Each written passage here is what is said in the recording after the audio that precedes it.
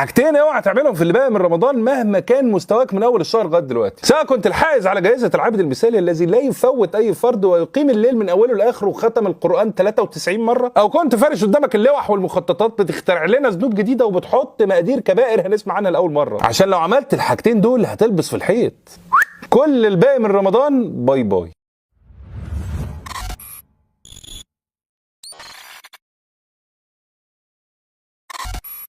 السلام عليكم ورحمة الله وبركاته حبايب قلبي، اهلا بكم. وركزوا معايا كويس جدا لان اللي جاي مهم مين؟ اللي جاي هو الاهم. بعد ليلتين هيقابلنا العشر الاواخر اللي فيهم ليلة القدر، واللي هفهمك دلوقتي اهميتها. لكن قبل ما افهمك اهميتها تعالى اقول لك ايه الحاجتين اللي المفروض ما تعملهمش من هنا لاخر الشهر. الحاجة الاولانية فيهم خاصة بالناس اللي كانت بتشتغل كويس من اول الشهر لغاية دلوقتي، فروض، اذكار، دعاء، تلاوة قرآن، قيام ليل، مجتهدين شغالين الله ينور. كان في مثل زمان كده كان بيقول الخيل الهبلة بتجري في الاول. لما يكون في سباق خيل كده وتلاقي الخيل طالعه تجري من اول السباق لاخره رغم ان السباق طويل، وتلاقيهم فجاه كده ابتدوا يبطئوا ويهدوا وتيجي خيل تانية تسبقهم وتكسب السبق. انما الخيل اللي فاهمه تاخد السبق من اوله لاخره صح. فلو انت واحد من اول الشهر مقطع الدنيا يبقى الايام الجايه دي اولى بالتقطيع. تقول لي يا امير انا جايب اخري، اقول لك لا بص لاخرك ده، اقول له حبيبي انت لسه ما جيتش، هات اخرك باخرين كمان يا ابني. بقول لك فيها ليله القدر.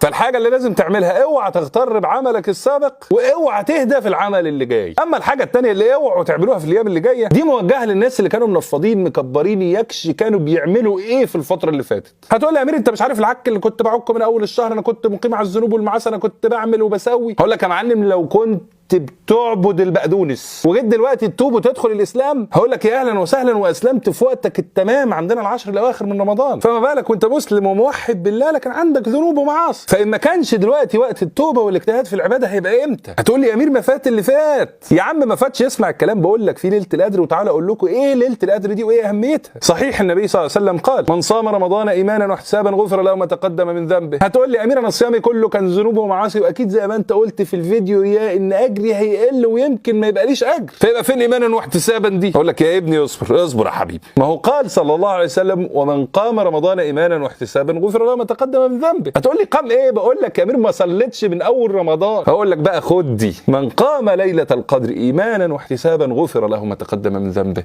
ليله القدر دي موجوده فين؟ في العشر الاواخر من رمضان. وفوق ليله القدر كمان يا حبيبي في كل ليله ربنا سبحانه وتعالى له عتقاء من النار. مش عايز ربنا سبحانه وتعالى يكتب عنده اسمك انك مش من اهل النار، وربنا سبحانه وتعالى لا يغير كلامه ولا حكم. يعني ان اتكتبت مره مش من اهل النار خلصت يا معلم يا ابني افهم بقى. فان اجتهدت في الايام القادمه دي ربنا سبحانه وتعالى هيقبلك باذن الله ويغفر لك ما تقدم من ذنبك وتبقى من عتقاء النار. ربنا سبحانه وتعالى يقول ليله القدر خير من 1000 شهر. يا عم امير ما انا عارف يعني هي تساوي في العمل 84 سنه. اقول لك يبقى انت مش عارف حاجه وافهم صح. خير من 1000 شهر، خير يعني اكتر مش زي. وفي من المفسرين اللي قالوا ان 1000 شهر، 1000 ده كان الرقم الكبير عند العرب فربنا سبحانه وتعالى استخدمه عشان يقرب الصوره للاذهان، ولكن هي اكتر من كده بكتير يا فندم. يعني ممكن تبقى 1000 سنه مش 1000 شهر والله اعلم، وخير ربنا زياده واجره عظيم. بالله عليك دي تتفوت يا جدعان؟ ما هطلع عن شعوري. وقبل ما تقفل الفيديو خد بقى الحديث. النبي صلى الله عليه وسلم في الحديث قال انما الاعمال بالخواتيم. الحاجه اللي هتقفل بيها العمل هي دي اللي هتزين العمل كله او هتبوظه وتضيعه. فاللي اجتهد من اول رمضان وجه في الاخر يعك ويبعد ويذنب ويكسل بوظ شغله، واللي من اول رمضان بيعك ويضيع وبعيد وجه دلوقتي تاب واجتهد ده احلى كلام ومقبول باذن الله. واللي احسن منهم هم الاثنين اللي خد السبق من اوله لاخره معلمه.